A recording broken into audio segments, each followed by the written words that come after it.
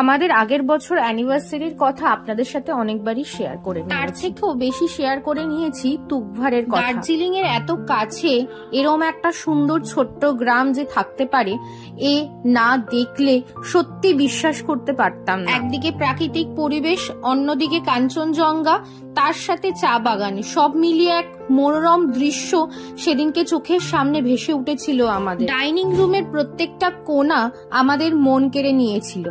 এত সুন্দর, এত পরিপাটি, যেন চোখ ধাঁধিয়ে যায়। এখানে থেকে কিভাবে যে একটা দিন আপনাদের পার হয়ে যাবে আপনারা ভাবতেও পারবেন না। এই কোয়েলি হোমস্টেডে যাওয়ার সম্পূর্ণ বিবরণ আমি আমার নিজস্ব ইউটিউব চ্যানেল পুম্পুর হুজ্জতিতে দিয়ে দিয়েছি।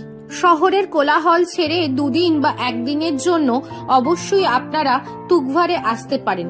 সন্ধ্যের চা খেয়ে এখান থেকে বেরিয়ে পড়তে পারেন দার্জিলিং ম্যালের উদ্দেশ্যে।